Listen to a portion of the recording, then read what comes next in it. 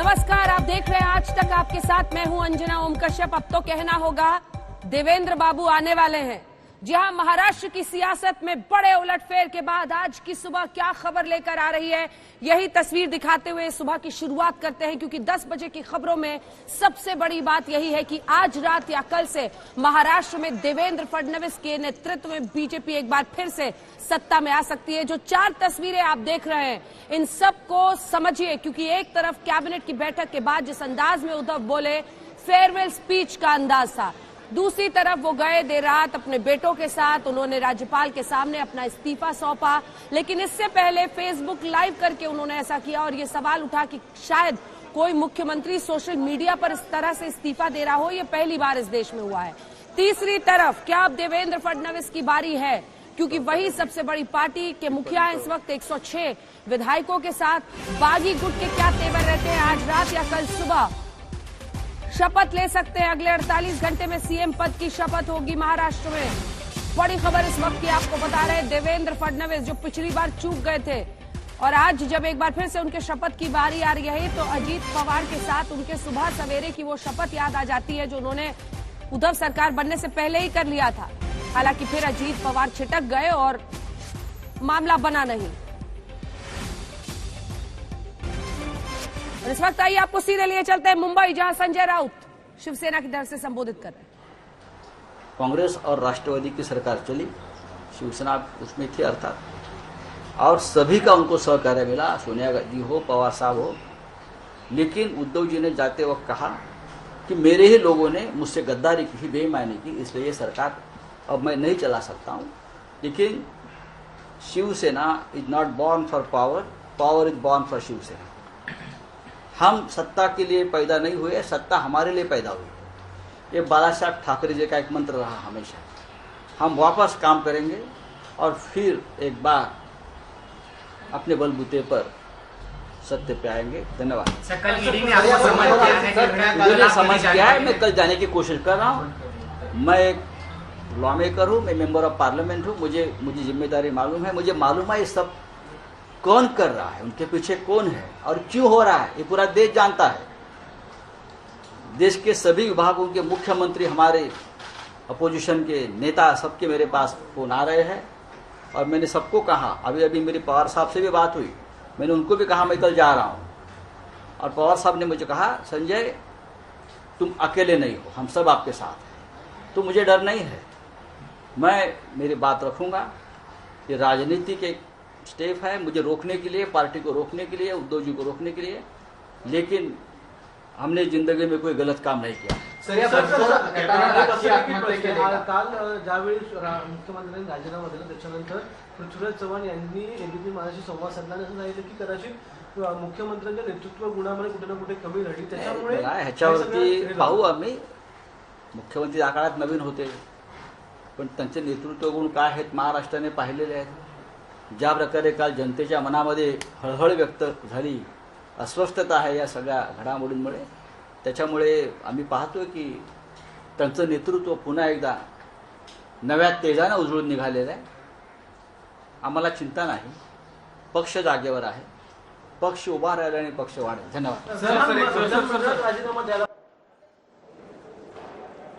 तो संजय राउत ये कहते हुए कि अपनों ने ही धोखा दिया। जय महाराष्ट्र हमारा मंत्र है, Shiv Sena is not made for power, power is made for Shiv Sena. लेकिन अभी तो सत्ता गंवाने के बाद उनकी ये तमाम बातें आ रही है, कौन इसके पीछे है। बीजेपी पर निशाना साधते हुए संजय राउत आज सुबह सवेरे, कल रात ही सत्ता हाथ से निकली है। ऐसे में सत्ता गंवाने के बाद संजय राउत का जो ये बयान है हम आपको दिखा रहे हैं।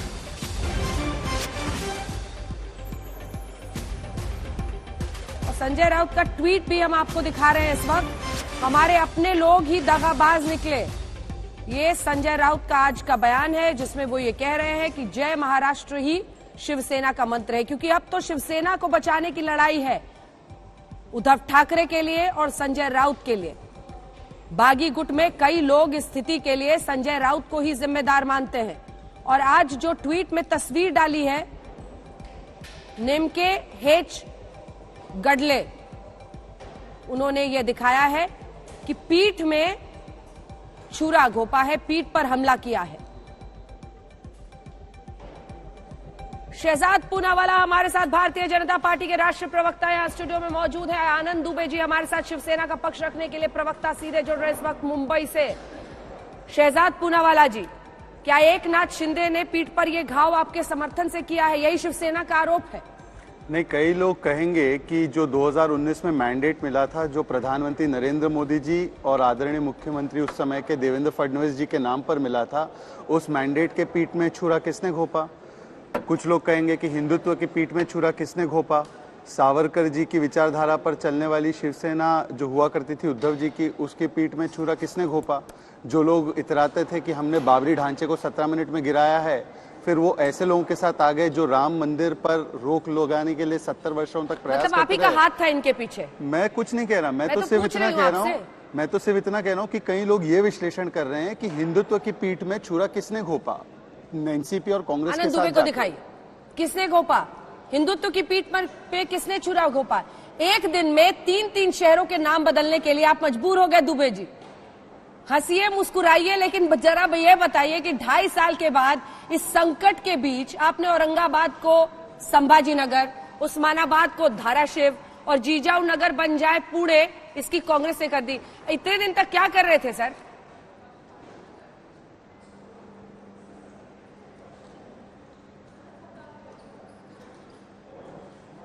ऑडियो नहीं आ रहा इनका, यहां नहीं आ रहा स्टूडियो में।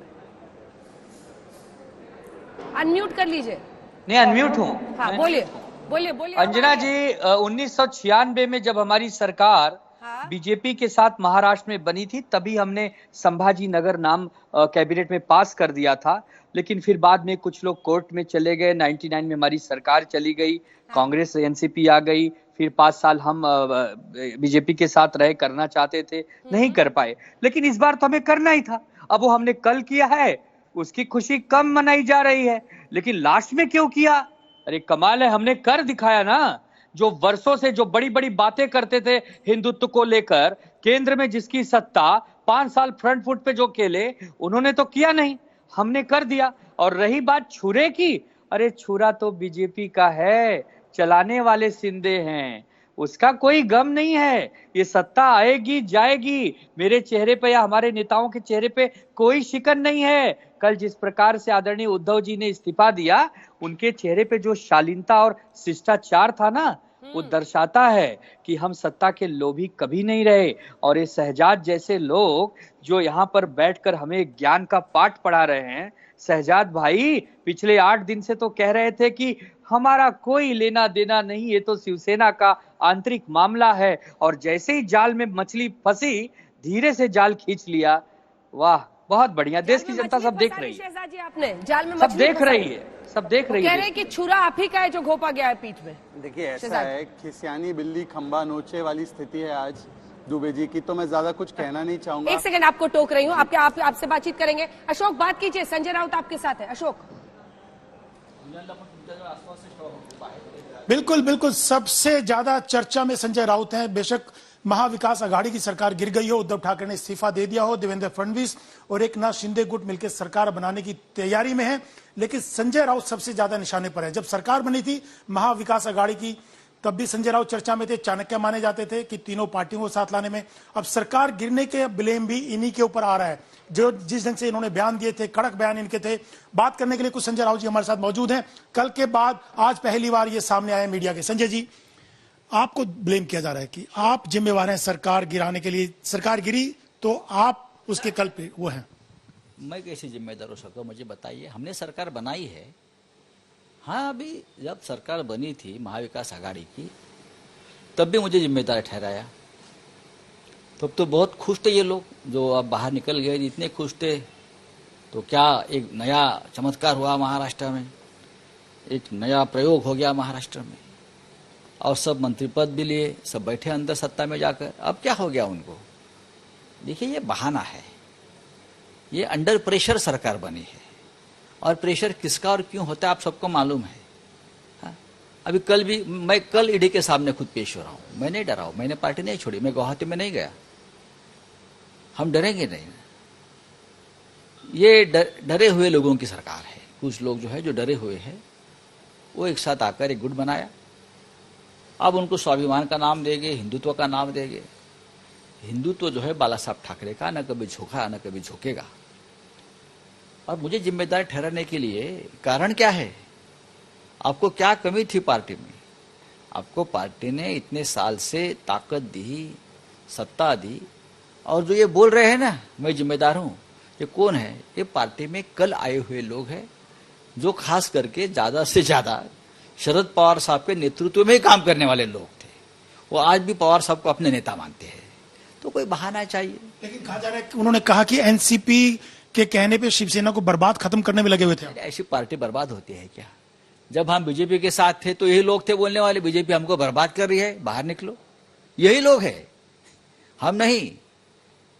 जब बीजेपी के साथ हमारा गठबंधन था इतने सालों से, तो जब सरकार में शामिल हुए फडणवीस साहब के, तो यही लोग, अरे ये एकनाथ शिंदे जी ने त्यागपत्र दिया था कि बीजेपी हमारे कार्यकर्ताओं के ऊपर अत्याचार कर रही है, हमारी पार्टी बढ़ने से रोक रही है, इसलिए जाहिर ओपन रैली में एकनाथ शिंदे जी ने त्यागपत्र दिया मंत्री पद का। मैं मंत्री परिषद में बैठकर क्या करूं अगर शिवसैनिकों के ऊपर अत्याचार हो रहा है? तो अभी ये बहानेबाजी छोड़ दीजिए। आपने एक नया मार्ग स्वीकार लिया है, नया रास्ता आपने अपनाया है, आप जाइए, हमारी शुभकामनाएं, आप सरकार बनाइए। लेकिन क्या मुख्यमंत्री पद आपको मिलने वाला है? वो तो शिवसेना में ही मिल सकता था आपको, बाहर कोई नहीं देगा। ना नारायण राणे जी को मिला, ना छगन भुजबल जी को मिला, ना गणेश नाइक को मिला, जो छोड़कर चले गए। सबकी पॉलिटिकल करियर खत्म हो गई बाद में। देखिए, ये पार्टी बहुत बड़ी है, कैडर बेस है। ये मुख्यमंत्री पद, मंत्री पद, सत्ता, उसके लिए पार्टी नहीं बनी। हाँ, मिलता है तो हम स्वीकारते हैं, नहीं तो छोड़ देते हैं। कल छोड़ दिया, हमने कोशिश भी नहीं की बचाने की। जब सर्वोच्च न्यायालय का निर्णय आ गया तो हमें पता चला कि सब कुछ सेट है, तो क्या बात करना है। नहीं, पर आप तो कहते कब तक रहोगे गुवाहाटी में, आना पड़ेगा चौपाटी में। और आप कहते इतने विधायक हमारे संपर्क में हैं, यहाँ की हवा पानी अलग है, लेकिन आपका ये माइंड गेम था या ऐसे ही या आप लोग समझ गए थे कि ये बहुमत खो चुके हैं इसीलिए उद्धव ठाकरे ने कल इस्तीफा दे दिया? अगर हम कोशिश करते तो जरूर बहुमत जुटा पाते, लेकिन अटल जी का जो मंत्र है, मंडी में माल बिकने को तैयार था, हमने खरीदा नहीं। ऑलरेडी लोगों को किसी ने खरीद लिया है, वापस हम मार्केट में जाकर खरीदना अपने ही लोगों को, ये हमारे तत्व में नहीं बैठता है। अब तक चौपाटी में आए नहीं है ना, आने तो दो, नजरों से नजर तो मिलाइए, फिर देखेंगे कितने रहते हैं और कितने भागते हैं। आपने कहा 40 जिंदा लाशें, तो क्या वो कह रहे कि ऐसी लैंग्वेज, ऐसे बयान, उसकी वजह से नुकसान हुआ, ऐसी उस वजह से नाराजगी हुई? आप हिंदी भाषा के जानकार हो। जिंदा कौमें, जिंदा लाशें, ये शब्द का कभी हिंदी या मराठी साहित्य में इस्तेमाल नहीं हुआ है। राम मनोहर लोहिया ने कहा है, जिंदा कौमें 5 साल तक इंतजार नहीं करती। ऐसे आप देखिए कितने काव्य में जिंदा लाशों का उल्लेख है। ये लोग समझ नहीं पाते, उनका कभी साहित्य से संबंध नहीं आया है।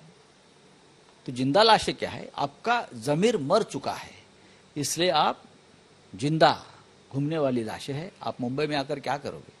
आपने कहा कि आने दीजिए, चौपाटी में भी आए नहीं तो क्या होगा? क्योंकि आपने कहा था कि यहाँ देख लेंगे हम लोग, तलवारें चलेंगी, सड़कों पे लड़ाइयां होंगी, सड़कों पे सैनिक उतरेंगे, आग लग जाएगी। तो आप क्या कहना चाह रहे हैं कि चौपाटी में आए तब देखेंगे? भाई आइए कि एक तो सड़क पर शिवसैनिक गांव-गांव में, जहां से ये लोग चले गए हैं, वहां गांव-गांव में शिवसैनिक सड़क पर उतरे हैं। लेकिन हमने कहा कि शांतता, शांति, हमको सबको सबक सिखाना है, सबको चुनाव में घर बिठाना है।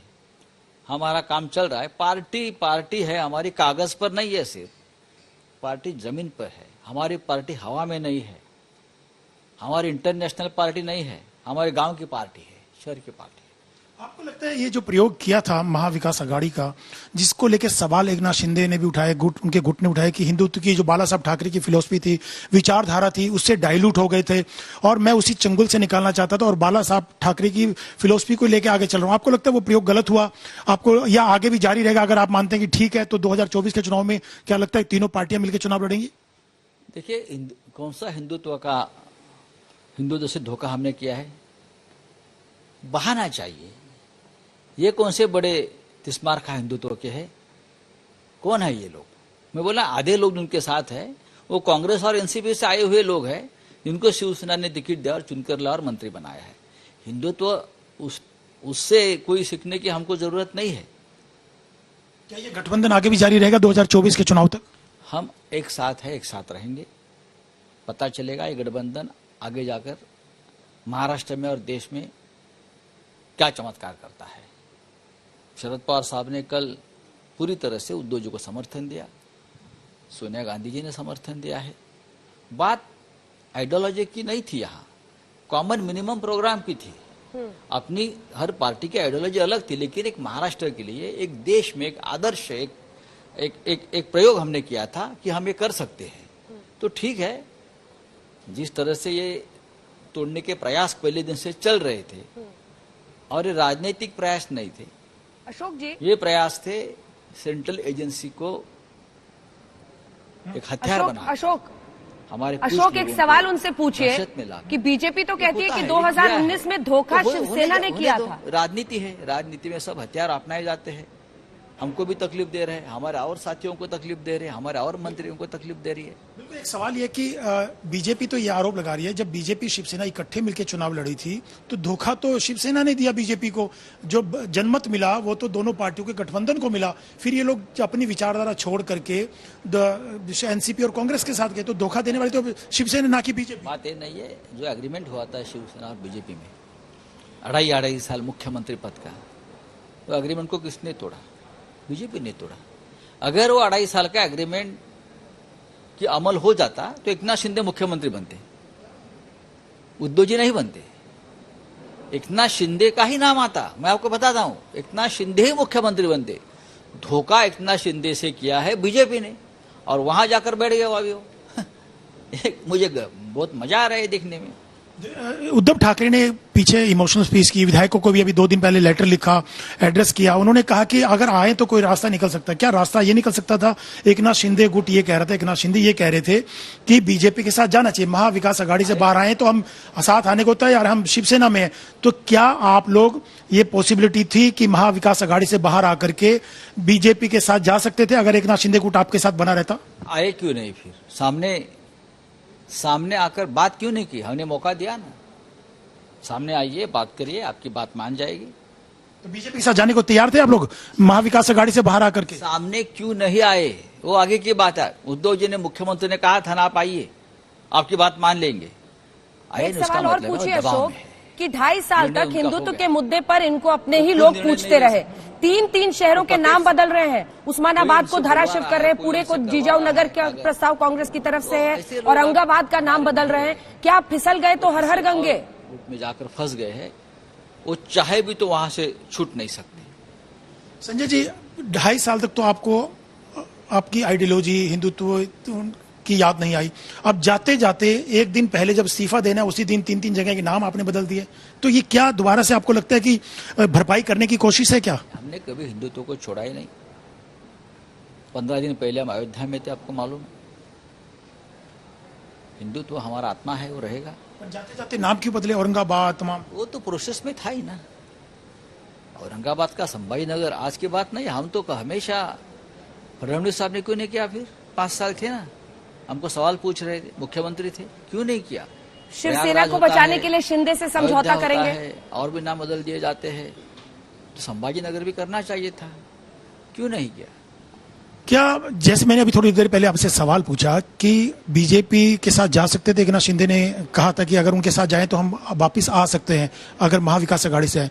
तो शिवसेना को बचाने के लिए क्या एक बार फिर आप एकनाथ शिंदे उनके गुट को न्योता देते हैं कि आप साथ आइए और सब मिलकर काम करेंगे? नहीं, मैं ये नहीं बोल सकता, ये पार्टी चिप का निर्णय है। जिसको आना है आ सकते हैं। इतने नरम पड़ रहे हैं, इसको पॉजिटिव ही माना जाए। लेकिन मैंने कहा उनके हाथ में अब कुछ बचाना ही है, वो कठपुतलियां बन गई। तो आपका जो तेवर है संजय जी, इस सवाल में वो तेवर नहीं दिखाई दिया।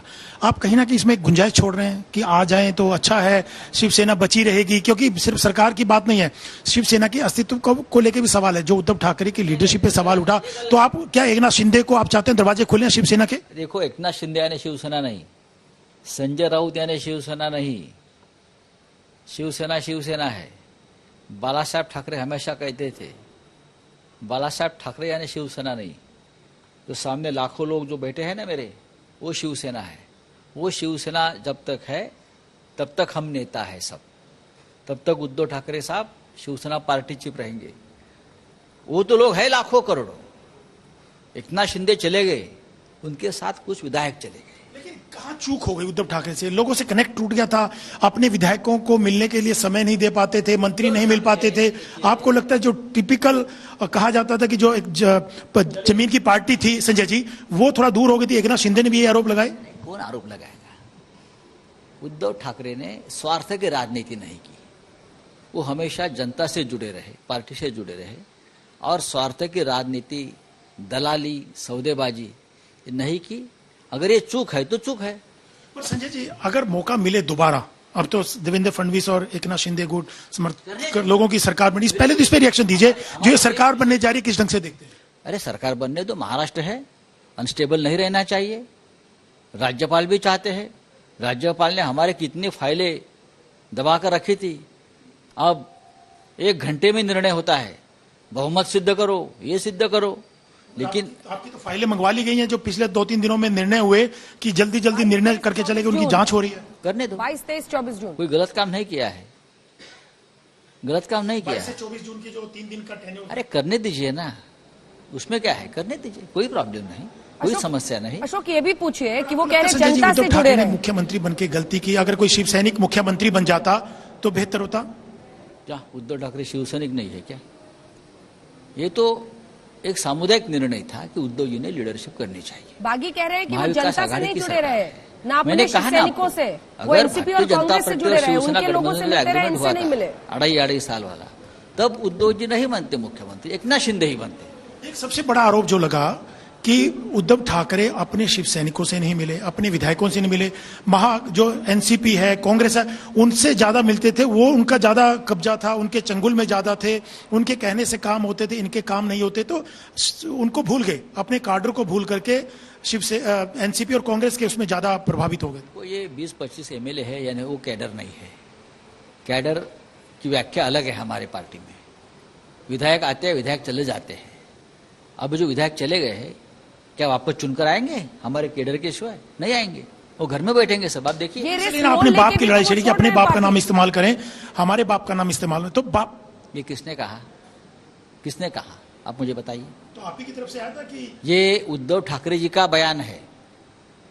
आप मुझ पर मत चिपकाइए, मैं उनको फॉलो किया। उद्धव ठाकरे जी ने कहा है, आप अपने बाप का इस्तेमाल करो और मत मांगो, वोट मांगो, पार्टी बनाओ।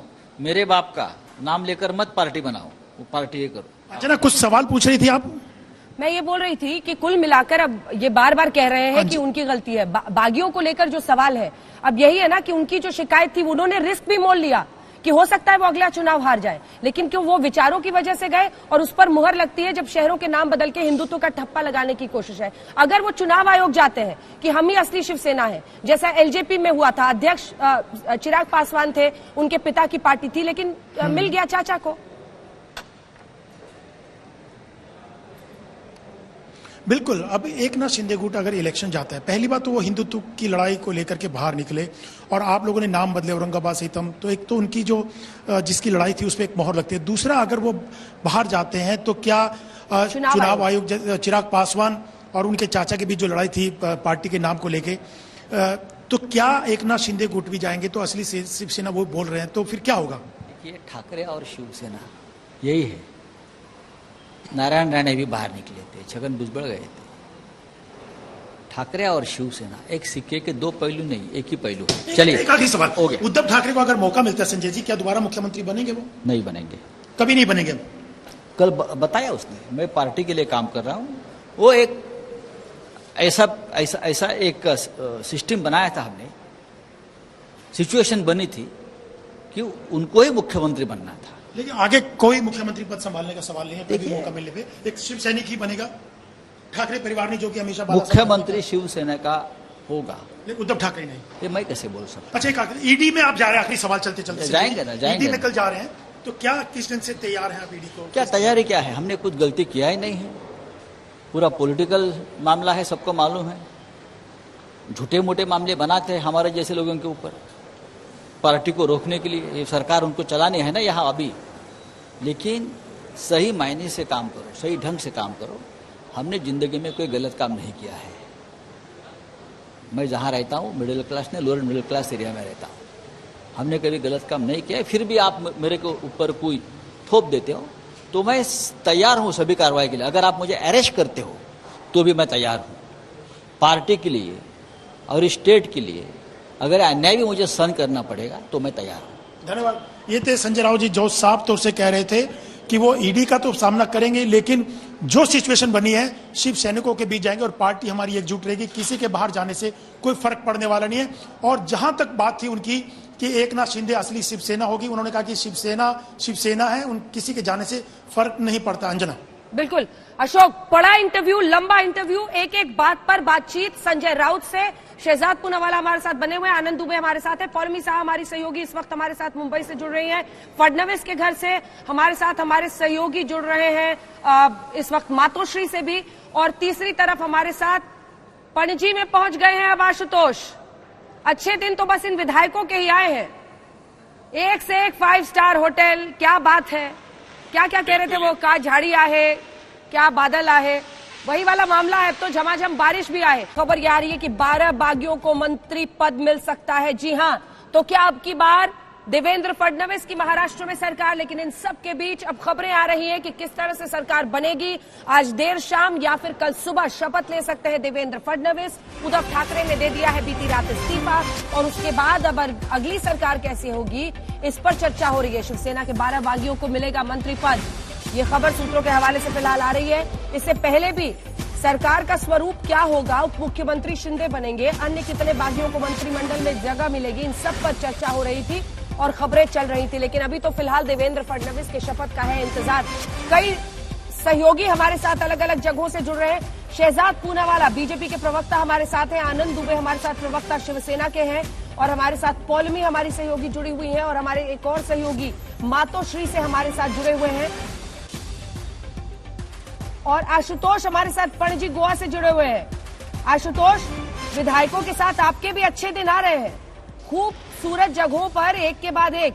अब गोवा में बैठे हैं, क्या चल रहा है इस वक्त वहां पर? मुंबई कब तक आएंगे?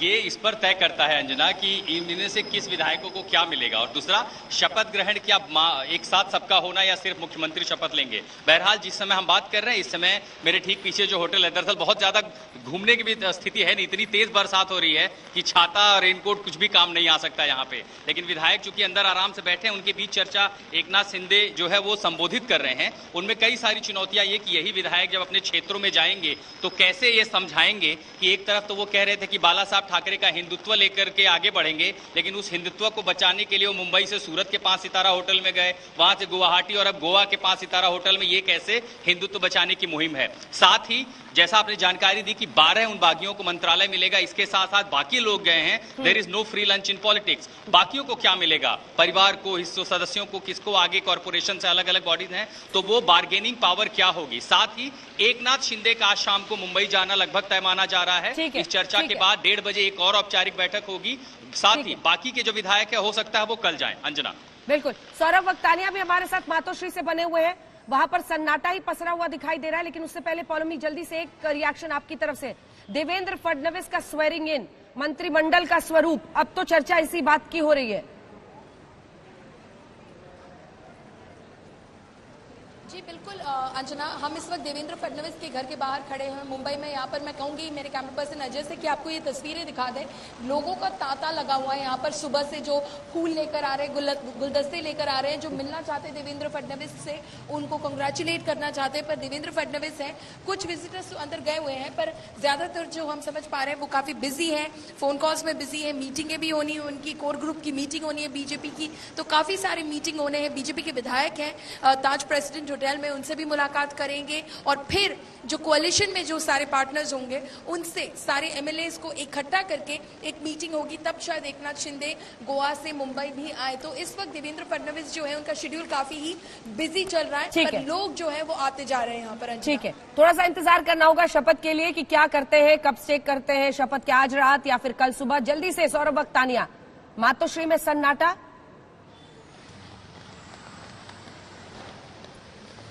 बिल्कुल अंजना, पिछले कुछ दिनों से जिस तरीके से हलचल हमें मातोश्री के बाहर देखने मिल रही थी, फिलहाल की यहाँ पर तस्वीरें देखें, एक तरीके से सन्नाटा यहाँ पर साफ दिखाई दे रहा है। हाँ। लगातार मीटिंग्स पर मीटिंग्स करते जा रहे थे उद्धव ठाकरे, चाहे आदित्य ठाकरे हो, बाकी के एमएलए हो, लेकिन अभी की परिस्थिति देखिए। लेकिन अब तो आपको बता दूं कि शिवसेना को बचाने की एक जद्दोजहद हो जाएगी। ना सिर्फ शिवसेना पार्टी को आने वाले समय में जो बीएमसी के चुनाव हो, क्योंकि ये सारे जो एमएलए गए हैं, एक तरीके से शिवसेना पूरी साफ हो चुकी है। सिर्फ 4 से 5 ऐसे नेता बचे हैं जो शिवसेना पार्टी के, जिसमें थोड़ा बहुत दमखम हो। अब उसके आधार पर किस तरीके से आगे कैडर को और पूरी जो ऑर्गेनाइजेशन स्ट्रक्चर है उसको बचाया जाए, इसमें अब जद्दोजहद में लग गई है शिवसेना। ठीक है, कैसे चूके उद्धव वो हम दिखाएंगे, लेकिन शहजाद जी जल्दी से जरा बता दीजिए ये क्या कर रहे हैं? इलेक्शन कमीशन भी नहीं जा रहे, शिंदे गुट के लोग। आप लोगों से बातचीत तो हो ही रही है ना सर? कहा कभी दिल्ली, कभी इंदौर, कभी वहां पर वडोदरा। क्या करने वाले हैं उनके साथ? समर्थन की चिट्ठी देंगे आपको? क्या है प्रोसेस? सब डिसाइड तो कर ही लिया होगा ना? शिंदे गुट के जो लोग हैं उनके अधिकृत प्रवक्ता आपसे आए दिन फोन पर बात करते हैं, तो मुझे लगता है वो आपको जानकारी दे देंगे। परंतु ये महाराष्ट्र की संस्कृति कभी नहीं रही है। मैं खुद महाराष्ट्र से आता हूँ, मेरे नाम में वैसे पुणे है, तो मैं आपसे कह सकता हूँ कि महाराष्ट्र की ये संस्कृति कभी नहीं रही। जिजाऊ नगर बनने वाला है। देखिए ऐसा है आप कि लोग यूं ही बस आरोप लगाते थे, देखिए हिंदुत्व का पूरा झंडा उठा लिया उन्होंने। देखिए काश संजय राउत जी अभी भी रहते तो मैं उनसे पूछता कि जब सावरकर जी को गालियां देने का काम राहुल गांधी कर रहे थे तब भी उन्होंने उस अलायंस को नहीं तोड़ा। जब हिंदुत्व को आईएसआईएस और बोको हराम से तुलना की कांग्रेस पार्टी ने, तब भी उन्होंने ये गठबंधन नहीं तोड़ा।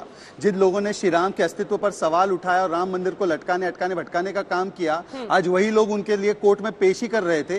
तब इनको लगा नहीं कि ये हिंदुत्व के खिलाफ है, और आज ये आकर हिंदुत्व का पाठ पढ़ा रहे। अच्छी बात है, परंतु सवाल ये पैदा होता है कि महाराष्ट्र की ये संस्कृति कभी नहीं रही। आपकी बात पर अशोक सिंघल हाथ उठा रहे थे जो वहां बैठे हुए हैं, इस पर कुछ कहना चाह रहे हैं क्या अशोक? इस पर उन्होंने क्या कमेंट किया था? छोटा सा 2 लाइन। मैं अंजना आपसे बात कराना चाहूंगा। संजय राउत के छोटे भाई सुनील राउत जी जो दूसरी बार के विधायक हैं, उनसे जानेंगे कि जो सवाल उठते थे उद्धव ठाकरे की कार्यशैली को लेके कि विधायकों से मिलते नहीं है, वो बाहर खड़े रहते हैं। सुनील राउत जी हमारे साथ है, दूसरी बार के विधायक अंजना जी है। सुनील जी, जो सवाल उठे कार्यशैली को लेके संजय राउत है उद्धव ठाकरे की कि वो मिलते नहीं थे, तो आपको भी दिक्कत हुई क्योंकि संजय राउत के भाई, इसलिए आपको दिक्कत नहीं हुई या दूसरे लोगों को दिक्कत होती थी? नहीं, देखो अभी जो विधायक हमारे साथ में, उनसे पूछो उद्धव जी मिलते थे या नहीं मिलते थे। ये तो एक बहाना है, कोई रीजन देना है और कुछ नहीं। उद्धव जी ने सबको मिला, और हमें बोलने में बहुत खुशी होती है कि जब हमारा शिवसेना भाजपा की सरकार थी तब जो हमको फंड मिल रहा था उसके 10 गुना फंड हमको मिला है। तो पार्टी कैसे बचेगी? सरकार तो चलेगी, कह रहे कि पार्टी बचना उसके अस्तित्व की लड़ाई है। पार्टी बचेगी मीन्स, देखो जो विधायक है वो विधायकों को बनाने वाले शिवसेनी जगह पे ही है, और हमारी फैक्ट्री है। उद्धव जी उस शिवसैनिकों की जोर से आज 40 गए, आप देख लो 40 में से एक भी जीतेगा नहीं, और आने वाले इलेक्शन में हम 40 से 120 एमएलए इस महाराष्ट्र के उद्धव जी के नेतृत्व में हम जीतेंगे। ठीक है, शहजाद एक सवाल पूछ रहे हैं। देखिए अशोक जी, आप जरा राउत साहब के भाई साहब से जरूर पूछेगा कि यदि ये हिंदुत्व के इतने बड़े पैरोकार थे तो जब सावरकर जी, वीर सावरकर जी को बार बार अपमानित करने का काम राहुल गांधी ने कहा, उनको कायर कहा, डरपोक कहा, तब उन्होंने क्यों नहीं गठबंधन तोड़ दिया?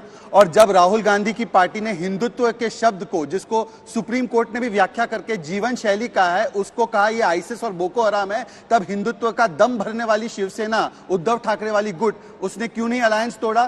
तब अगर ये सत्ता के लिए होते, और बाला साहेब ठाकरे जी ने, स्वर्गीय बाला साहेब ठाकरे जी के विचार, शिवसेना के विचार कांग्रेस पर और एनसीपी पर क्या थे, मैं ऐसे वीडियो दिखाना शुरू कर दूं तो मुझे लगता है कि आज तक उसे दिखा नहीं पाएगा। सोनिया गांधी के भी प्रति विचार और शरद पवार के प्रति विचार। सवाल है, मैं सुनील राउत जी से पूछ लेता हूं।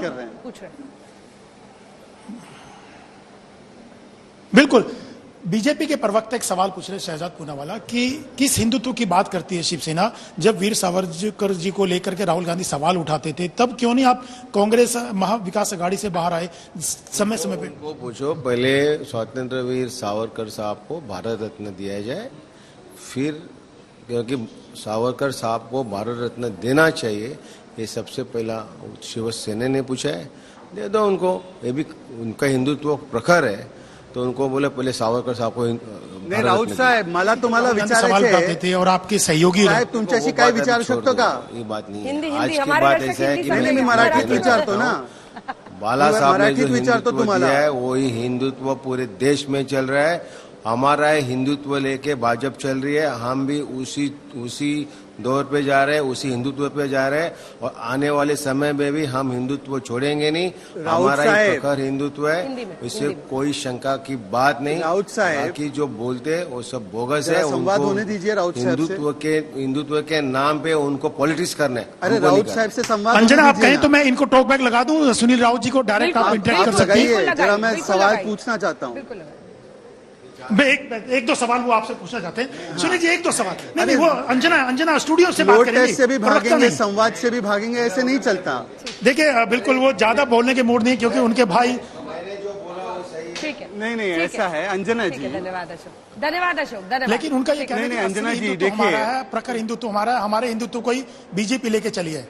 देखिए ऐसा है अंजना जी, अभी फ्लोर टेस्ट से भी भाग रहे, अब संवाद से भी भाग रहे, तो लोकशाही में किसका विश्वास नहीं है आपके सामने, आपके चैनल पर साबित हो रहा है. पर परंतु बस वे फ्लोर टेस्ट वाली तस्वीर नहीं, दिखा दे रहे हैं आप ही हाँ. की बात, क्योंकि नंबर्स क्या है उसके बाद आप कमेंट कर लीजिएगा. फ्लोर टेस्ट की नौबत में जो तस्वीर, जो अभी नंबर्स है वो हम आपको बिल्कुल बता दे रहे हैं, क्योंकि इस्तीफा पहले ही दे दिया है. वो इस्तीफे के वक्त क्या उद्धव ठाकरे ने कहा ये भी हम आपको दिखाएंगे.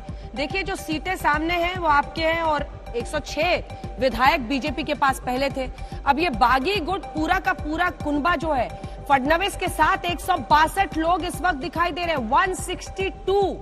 और दूसरी तरफ जब 55 विधायकों के साथ मिलकर एनसीपी और कांग्रेस के सरकार बना ली थी उद्धव ठाकरे ने, उनका कुनबा कैसे सिमट गया है वो हम आपको दिखा रहे हैं. इससे पहले कि मैं शहजाद आपके पास आऊं, सौरभ हलचल है इस वक्त वहां पर पौलमी देवेंद्र फडणवीस के घर पर.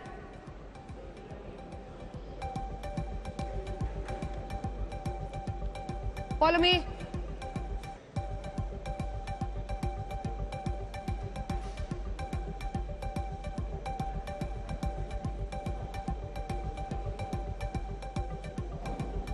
शायद उस तक आवाज नहीं पहुंच रही है. शहजाद जल्दी से अपनी बात पूरी कीजिए, फिर चलते हैं रिपोर्टर्स. हाँ, जो संजय राउत जी ने अभी बयान दिया, हाँ. कितना आपत्तिजनक बयान है. उन्होंने दिगे साहब और बाला साहब ठाकरे जी की विचारधारा पर चलने वाले लोगों को मंडी का माल बोला. ये मंडी का माल होते हैं क्या? अगर एनसीपी कांग्रेस छोड़कर जब शिवसेना में लोग आए थे, दीपक केसरकर जी भी थे, तो क्या वो मंडी के माल थे? शिवसेना ने मंडी के माल को उठाया था. और इस प्रकार से अगर ये मंडी के माल थे तो इतने वर्ष तक रखा क्यों गया था? तो इस प्रकार से ये महाराष्ट्र की संस्कृति कभी नहीं रही है. अंजना जी, हम लोग गौर विरोधी होते हैं. वो सत्ता में बैठे रहे आराम से शहजाद जी. नहीं 2.5 साल से नाम भी बदलाव नहीं किया गया. विचारधारा कुछ नहीं समझ में आ रहा. 2.5 साल से नाम भी बदलाव करने का विचार नहीं आया ना किसी लोगों के मन में. बीजेपी के बारे में कहा जा रहा है. सुनिए तो, अब सुनिए तो, सवाल तो सुनिए कि मैं... बीजेपी हर पार्टी के नंबर 2 को अपनी तरफ खींचती है. आपने अजीत पवार को खींचा था, वो सुबह याद कीजिए कैसी सुबह थी. सुबह सुबह शपथ ले लिया, उसके बाद क्या किरकिरी हुई. एक सेकंड अंजना जी, मैं आपसे सवाल पूछूं. नंबर 2 को इधर नहीं, एक सेकंड. जब 4 विधायक एमआईएम के आरजेडी में शामिल हो जाए तब तो वो सेक्युलर कहलाता है, तब तो वो सारी चीजें ठीक है. यदि कोई और पार्टी के लोग अपना मन बदलते हैं विचारधारा के आधार पर और बात रखते हैं अपनी उस पार्टी के मंच पे, तो उसमें हमारा नुक्स निकालते हैं. तो मुझे समझाइए, ये 2 तरीके के पैमाने नहीं हो सकते.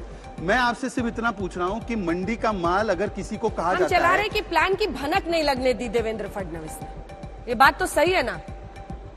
नहीं देखिए, कोई प्लान बीजेपी का प्रवक्ता नहीं आया सर इतने दिन कि हम इस पर बातचीत ही नहीं करेंगे, हमारा इससे कोई लेना देना नहीं है. अंजना जी, अगर कोई पार्टी का आंतरिक विषय हो, उस पर भारतीय जनता पार्टी एक अलग राजनीतिक दल है, वो आप पे आरोप लग रहा था. बोलना चाहिए. आप पे आरोप लग रहा था कि सूरत में आपने पनाह दी, असम का भ्रमण कराने के लिए आप ले गए, और अब गोवा. बताइए क्या अच्छे दिन आए हैं इन विधायकों को? नहीं, आपको याद होगा कि इसके बारे में हेमंत बिस्वा शर्मा जी ने बड़े सटीकता से कहा था कि यदि कोई व्यक्ति, आप भी अगर जाना चाहे असम के होटल में और आप बुकिंग कराए तो आपको रोक दिया जाए क्या? क्योंकि फेडरल स्ट्रक्चर है. पर मंत्री ऐसा कोई फेडरल स्ट्रक्चर नहीं होता कि आप अगर बुकिंग करें आपको रोक दिया जाए. सुबह से रात तक इन विधायकों के साथ क्यों बैठा रहता था? कौन बैठा रहता था? कोई ना कोई मंत्री जाता था जरूर. आप मुझे नाम बता हमारे दीजिए. रिपोर्टर्स ने बताया. नहीं, आप मुझे नाम बता दीजिए. तमाम मंत्रियों के भी नाम बताएंगे. देखिए, ऐसा है कि किसी का भी अधिकार है कि अगर उनको अपने प्रदेश में सुरक्षित नहीं लग रहा है तो वो कहीं और जाना चाहते हैं. और किस प्रकार का माहौल बना था, सुप्रीम कोर्ट को कहना पड़ा कि ये जो विधायक है इनको सुरक्षित रखा जाए. ये उद्धव ठाकरे जी को चिंतन करना चाहिए कि महाराष्ट्र की ये संस्कृति नहीं रही है. महाराष्ट्र की संस्कृति है कि मतभेद हो सकता है, मन विरोध नहीं होता. तो क्या आपकी बार एक बार फिर से देवेंद्र फडणवीस की सरकार इस वक्त हलचल तेज हो रही है? आज ही शपथ भी ले सकते हैं, कल सुबह भी ले सकते हैं। पौलमी हमारी सहयोगी जुड़ रही हैं। पौलमी, क्या कुछ चल रहा है फडणवीस के घर इस वक्त? ये तस्वीरें हम आपको दिखा रहे हैं, लोग गुलदस्तों के साथ आ रहे हैं। अब यही कहा जाता है राजनीति में कब किसका वक्त बदल जाए, किसका अच्छा वक्त आ जाए और किसका वक्त मायूस कर दे, ये कहना बहुत मुश्किल है।